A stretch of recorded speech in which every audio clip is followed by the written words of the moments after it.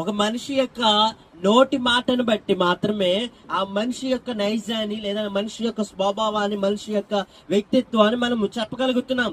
ఆ మనిషి మంచివాడా లేకపోతే చెడ్డవాడా అని. కాబట్టి ప్రియమైన దేవుని బిడ్డలారా, దేవుడి యొక్క వాక్యం సెలవిస్తుంది, కీడుకు ప్రతి కీడు చేయకు, ఎవరికి చేయకు. నిన్ను నష్టపరిచినా చేయకు, కష్టపెట్టినా చేయకు, బాధ పెట్టినా చేయకు, ఇబ్బంది పెట్టినా చేయకు, నీ జీవితంలో కన్నీళ్ళు రావడానికి కారణమైనా కానీ చేయకు. ఎదుటి వ్యక్తి ద్వారా అనేక సార్లు మనం బాధపడుతూ ఉంటాం. ఎవరి ద్వారానండి? దేవుడి ద్వారా ఎప్పుడు బాధపడం కదా. ఎవరి ద్వారా బాధపడతాం? మనుషుల ద్వారానే. మనుషుల ద్వారానే అపవాదం ఏం చేస్తాడు? మనలను బాధకు కృంగతీస్తాడు, బాధలకు కృంగతీస్తాడు, దుఃఖానికి మనల్ని నడిపిస్తాడు. అయితే ఆ సమయంలో నువ్వు చేయవలసింది ఏంటి అంటే, నీవు కృంగిపోతావు, కరెక్టే, కాదని నేను అనట్లేదు. కానీ మనుషుల ద్వారా నువ్వు కృంగిన సమయంలో వారి మీద ఏ విధమైనటువంటి కక్ష